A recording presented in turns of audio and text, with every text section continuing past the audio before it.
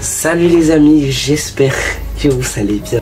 On se retrouve pour une nouvelle vidéo avant match de PSG Aston Villa les mecs, avant match de ce match qui s'annonce passionnant.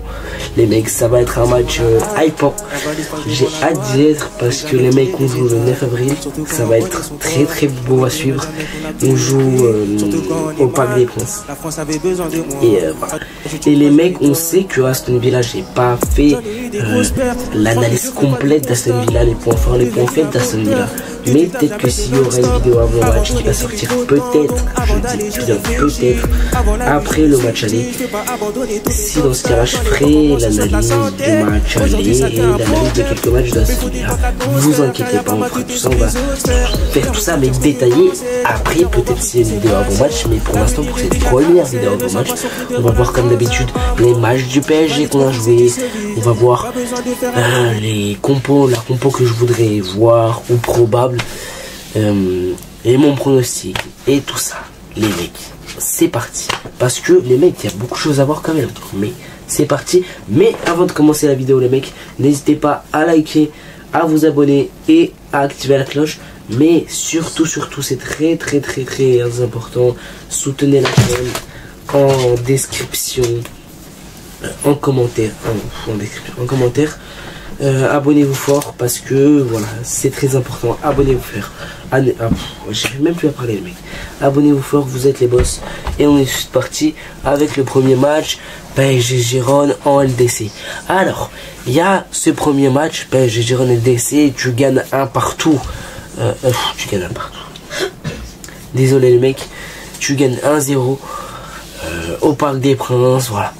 Et c'est ce premier match là où tu te dis c'est bon, il fallait gagner, on a gagné en phase de poule, tout va bien contre Gérone, on se rappelle le but de Nuno Mendes, très bien. Après, deuxième journée de LDC, je crois, c'était la deuxième, je crois, hein, attendez, ouais, je crois, parce que les mecs, il y a tout qui est mélangé, mais c'était la deuxième journée de LDC, et là, tu retombes dans tes travers, tu commences à perdre contre Arsenal 2-0. Et là, pourquoi tu perds? À cause, je le répète tout le temps, mais c'est chaque fois les analyses comme ça qu'on fait. Parce que tu perds à cause de Gianluigi Donnarumma qui te fait deux parades et qui te fait des parades avec, encore une fois, une main, tu sais pas comment, molle. Et les ballons rentrent, etc. Et ça casse la tête, et je sais, les ballons rentrent et ça casse la tête. Ensuite, tu as ce match le 22 octobre contre le PSV Eindhoven où t'es là, t'es au Parc des Princes et les mecs, honnêtement, on pouvait faire clairement mieux, mais on sait que dans cette période, il y avait le problème d'efficacité, problème de nanani, problème de nanana, et c'est vrai qu'une équipe avec quelques nouveaux joueurs, ça s'adapte pas très facilement malgré que, voilà, on était bon, on jouait bien, mais il y avait un seul problème, c'était encore une fois l'efficacité. Et on répétait au début de saison, oui, il faut qu'on soit plus efficace, il faut que Dembélé, parce qu'on se rappelle au début de saison les mecs, Dembélé, les frappes qu'il mettait dans le ciel ou on les envoyait dans le stade, dans les tribunes, et les mecs là, ce PSG est totalement en train de changer, et il est changé déjà, il a déjà changé. Et ça fait du bien les mecs, quand on disait l'efficacité, il faut remettre ça, il faut refaire ça, et nanani et nanana, et là on le voit. Là ça se concrétise, on va en parler après, mais là ça se concrétise, là il y a les vraies choses qui se concrétisent, et t'as les vraies actions des paroles qu'on disait avant qui se concrétisent, et ça fait du bien les mecs, ça fait du bien, parce que encore une fois je le rappelle, contre le PSV il y avait largement la chance, mais tu fais un nul et tu pouvais faire mieux, mais tu fais nul. Là contre l'Atlético, on avait perdu, encore une fois, problème d'efficacité. T'as pas été efficace. Et t'as aussi un hold-up qui est incroyable. Le hold-up qu'on se prend, il est catastrophique. Parce que tu te prends une remontada à la dernière minute. C'est comment il s'appelle? Correa, je crois il s'appelle. Il s'appelle Correa. Oh le bâtard. Oh le bâtard. Il nous a climatisé. Il nous a gelé. Les mecs, c'est le hold-up parfait. C'est comme contre Liverpool, le match aller. C'est le même scénario. Les mecs, il faut qu'on soit un peu plus efficace, un peu plus tranchant.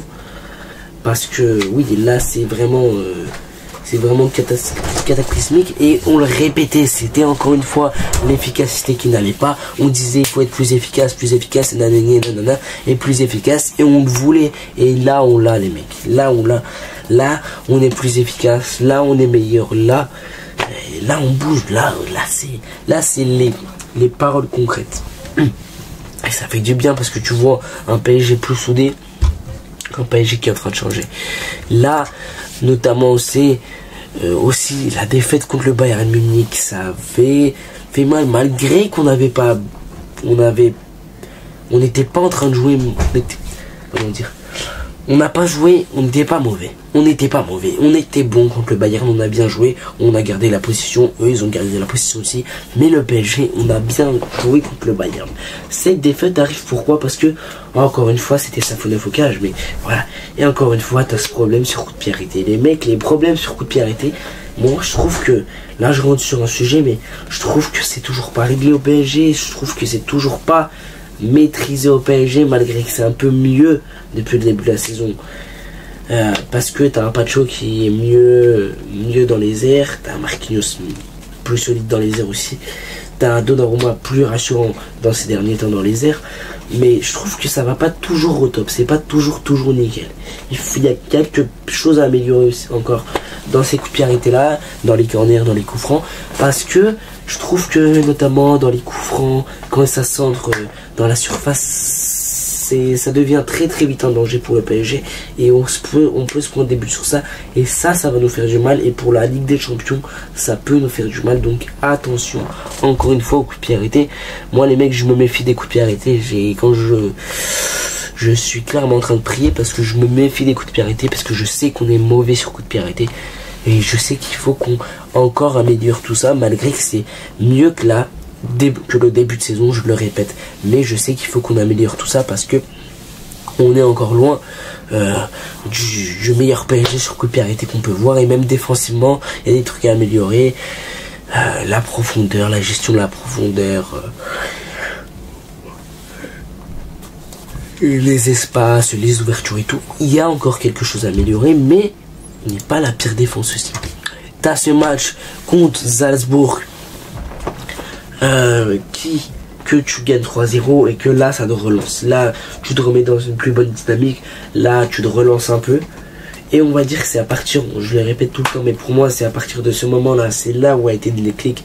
Ensuite tu gagnes contre Lyon, je crois, un truc comme ça, avec le premier but de Désiré Doué et tout, Monaco et tout, mais là c'est le premier match déclic, et en plus c'est en Ligue des Champions, qui te permet de vraiment tu toques à la porte, toc, et c'est le premier déclic. Et pour moi c'est là vraiment où t'as vu le premier claquement de doigts, et où là ça a fait bim, et là où ça a toqué, et là où ça a fait du bien dans l'esprit et dans le mental de l'équipe du PSG, et aussi dans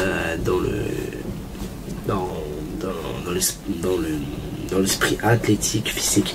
Voilà, là ça fait du bien à l'équipe. Là les mecs, comme je vous ai parlé, voilà, t'achètes victoire 4-2 contre Monaco, avec un Ousmane Dembélé qui avait claqué un doublé, je crois. Voilà, tu reviens, t'es mené je sais plus combien, tu reviens 2-2, ensuite tu leur mets un 4-2, tu les éteins, fin de l'histoire. Monaco ils sont plus là, mais voilà. Et t'as aussi des matchs importants. À ce moment là de la saison, on avait beaucoup de matchs importants. Il y avait notamment Stuttgart, Salzbourg. Bon, Stuttgart on va y arriver, mais il y avait Salzbourg comme je vous ai dit, Monaco. Après on avait Lyon aussi. C'était des matchs importants. Voilà, Manchester City, on les remonte 4-2 aussi. Voilà, donc on fait pas mal de remontada, et les mecs, la remontada qu'on fait contre Manchester City, il faut en parler, avec un magnifique but de João Neves, avec un magnifique but de Barcola, avec un magnifique but de Dembélé, et t'as ces buts là, et ça fait du bien. Les mecs, on l'a vu, c'était dans le mental, c'était dans la tête, parce que Dembélé, après le but qu'on s'est pris, ou après les deux buts, je m'en souviens plus,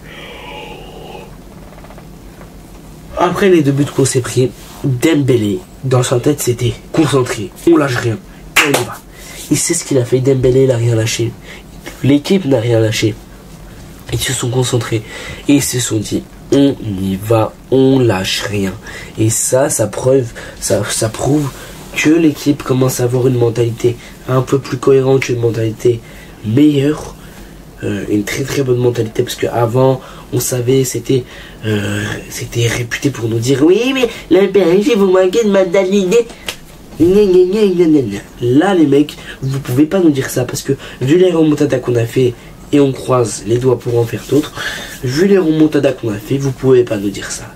On a remonté quand même City et ça nous a dit oui mais c'était City malade. On a remonté Liverpool, ça nous disait oui mais et arrêtez de chercher des excuses. Arrêtez tout le temps vous cherchez des excuses parce que c'est le PSG, parce que si, parce que ça, et parce que tout le temps ça tape sur le PSG, même si on fait du bien et même si on fait du mauvais. Ça veut dire ouais mais le PSG vous étiez avantagé, arbitrage, City malade et tout. Arrêtez à un moment donné, parce que il faut pas que chercher des excuses.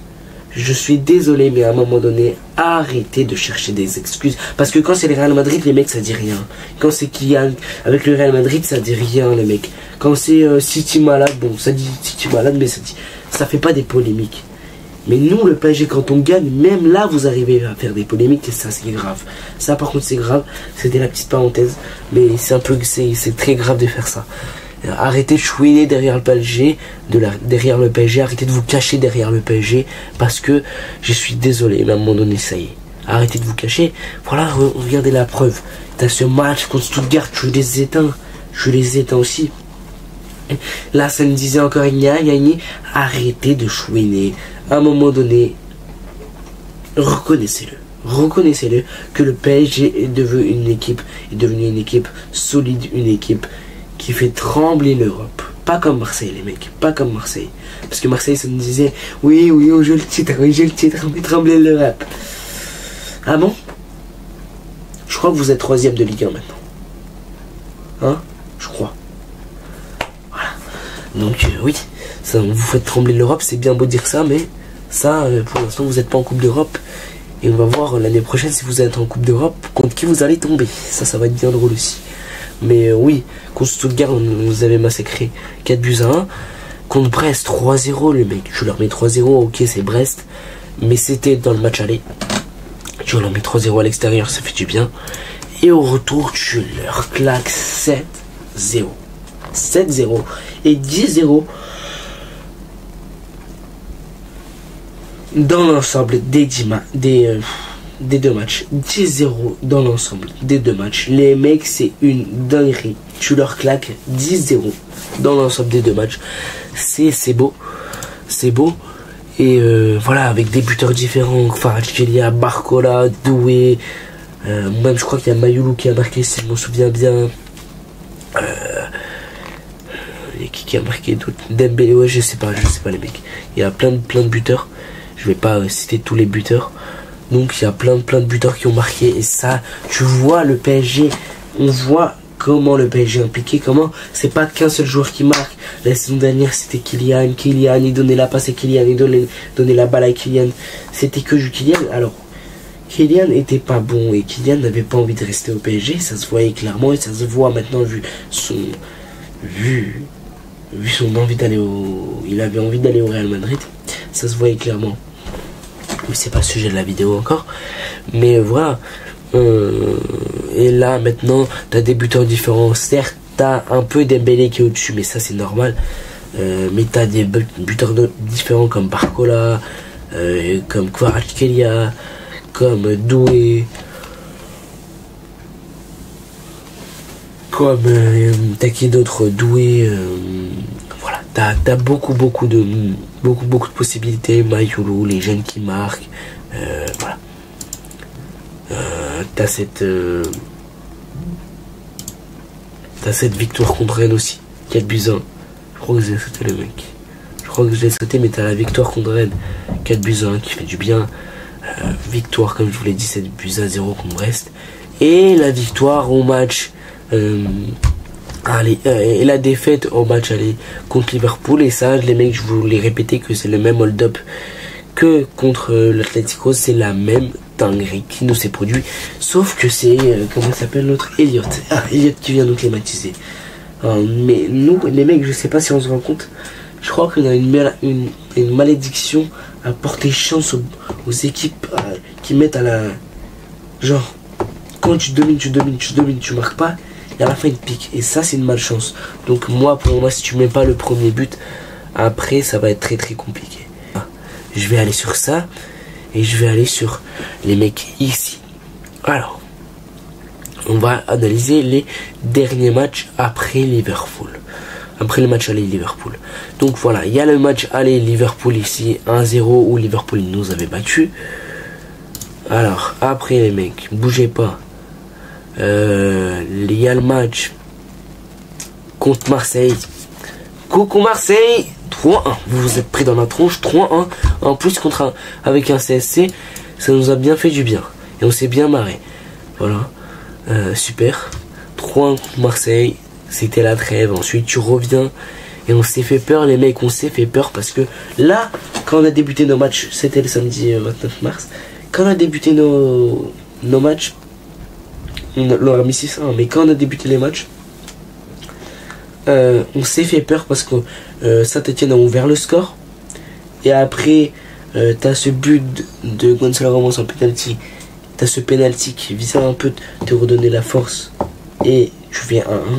Avant la pause, ça te met du bien. Et ça te met bien. Et après, voilà, tu déroules. T'as cette mentalité là encore une fois de tuer le match, d'être sans pitié. T'as le but de Kvaratskhelia, le doublé de Doué, le but de João Neves et le but du bon vieux Ibrahim Mbaye qui est très très jeune et ça fait très très plaisir pour lui. Ensuite, t'as ce mardi, si je dis pas de bêtises, oui, ce mardi, on a gagné 4-2 contre Dunkerque. Voilà, pareil, on s'est fait peur. Ouverture du score très tôt dans la première période par les Dunkerquois. Et ça, c'était une petite surprise. Je vous avoue pas, moi, je m'y attendais pas, sérieux. Mais voilà, ils étaient en bloc bas, mais c'est normal. Je répète, je vais pas faire le débrief. Je vais vous le mettre, vous pouvez aller le voir en description. Et t'as ensuite Dembélé qui marque avant la pause, ça nous fait du bien. Il claque un doublé après.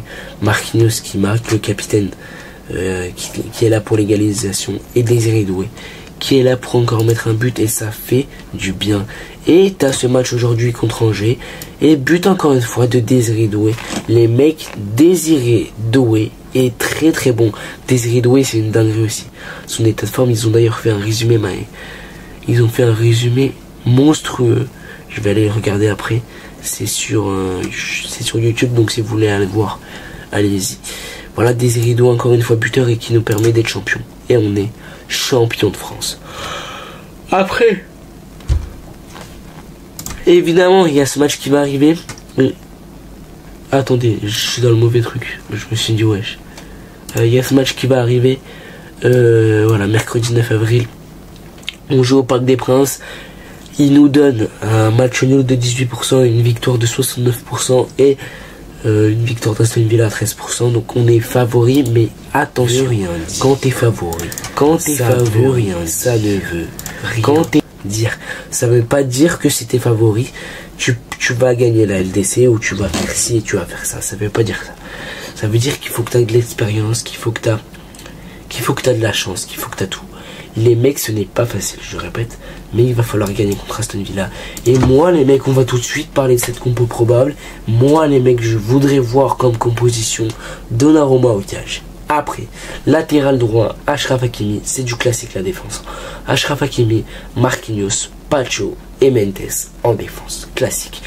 Et au milieu de terrain, peut-être que ça va en surprendre quelques-uns, ou peut-être pas. Je vais mettre João Neves Vitinha, ça bouge pas. Et le bon vieux Fabien Ruiz qui est sur une très bonne lancée. Mais Fabien, on ne te reconnaît pas. Fabien est très très bon. Fabien Ruiz fait un très très bon. Quelques semaines qui sont très très bonnes. Et même quelques mois. Ça fait quelques mois qu'il est très très bon. Fabien, j'aime bien. Fabien, j'aime bien. Je suis de plus en plus fan. Donc voilà, pour moi je mets Fabien, parce que Fabien il a montré des bonnes choses. Donc je mettrai Fabien, avec notamment la paire Vitinha João Neves qui marche très très bien, les pitbulls. Les chiens de garde ils sont là, c'est des boss, c'est des gouts, c'est des fumiers, ils courent partout. Ils courent partout. Après tu peux faire rentrer Zaire Emery numéro 33, tu peux faire rentrer au milieu, tu peux mettre Doué au milieu. Et tu peux rentrer Kvaratskhelia numéro 7 en attaque. Donc voilà. Et moi je partirai honnêtement. Pourquoi je partirai avec Doué, Dembélé et Barcola. Alors, et à la limite si vous voulez, vous pouvez partir avec Kvaratskhelia. Ça m'étonne pas. Et si vous mettez Kvaratskhelia à la place de Doué, moi ça m'étonne pas. C'est Lou, c'est vrai qui met Kvaratskhelia à la place de Doué. Mais, ou à la place de Barcola à la limite. Parce que, mais moi les mecs, je vais vous expliquer pourquoi je partirai avec Doué. Parce que Doué, pour moi, est un peu plus... Doué percute un peu plus que Kvaratskhelia. Et pour moi, c'est de ça qu'on a besoin. Un joueur qui ramène de la percussion, qui ramène de la vitesse. Parce que là, tu as Doué qui va ramener de la vitesse, tu as Dembélé qui va ramener de la vitesse, et tu as Barcola de l'autre côté qui va ramener de la vitesse, ou inversement. Ou de toute façon, ça va tourner et ça va changer. Donc on sait que ça va permuter, et donc voilà. Mais d'un côté t'as Barcola, d'autre t'as Doué, ça t'amène une grosse percussion. Ensuite t'as Dembélé qui est très percutif aussi. T'as Fabian qui fait des bons appels, donc je trouve que ça peut être intéressant. Avec Vitinha et tout, et João Neves en coup de pressing. T'as Pacho Marquinhos qui est... Ah non les mecs. Ah j'ai oublié. Petit changement. C'est vrai qu'il n'y a pas Marquinhos. Donc du coup ce sera Beraldo. Mais du coup moi je mettrais plutôt Lucas Hernandez en défense centrale les mecs. C'est vrai, bon Lucas Hernandez là est sur les bancs, j'avais complètement zappé. Mais moi je mettrais alors Hernandez. Je mettrais Hernandez avec Pacho parce que je trouve que c'est intéressant. Et Mendes, Hakimi. Mais j'avais oublié que Marquinhos n'est pas là, mais je mettrais Hernandez plutôt que Beraldo parce que Beraldo c'est un peu inquiétant sur les derniers matchs, notamment contre Lille. Ça a été vachement inquiétant. Contre Lille. Notamment contre Saint-Etienne, ça a été vachement inquiétant. Contre Dunkerque, ça a été aussi vachement inquiétant. Donc, moi je pars clairement sur Lucas Hernandez, défense centrale avec Pacho, ça devrait le faire. Et Hakimi latéral droit et Mendes comme d'hab latéral gauche, Donnarumma au cage. Bon, voilà, à part ça, mais c'est vrai que Marquinhos j'avais oublié, mais il n'est pas là. Il est suspendu. Mais voilà pour ma composition les mecs, n'hésitez pas à me dire votre composition en commentaire parce que moi je trouve que voilà cette composition est plus adaptée. Bon après tu peux mettre Kvaratskhelia mais moi je mettrai quand même la cartouche Kvaratskhelia sur les bancs et après tu fais rentrer Kvaratskhelia, ça va leur faire beaucoup de mal si tu fais rentrer Kvaratskhelia. Déjà tu les épuises avec tes ailiers, tu percutes bien et tout. Si tu arrives à marquer c'est encore mieux. Il faut arriver à marquer déjà. Il faut être efficace, il faut pas se relâcher, il faut être bon contre pressing, il faut être bon derrière. Attention ballon dans le dos, parce que on l'a vu contre Dunkerque, on l'a vu aujourd'hui contre Angers, ça a été compliqué, les ballons dans le dos. Et voilà. Mais moi les mecs, pour mon prono, honnêtement, je vois en 2-0 au match aller. Je vois un 2-0 pour le PSG au match aller. Je nous vois nous imposer. Donc voilà, je vois un 2-0 match aller. Voilà, incroyable. Et voilà.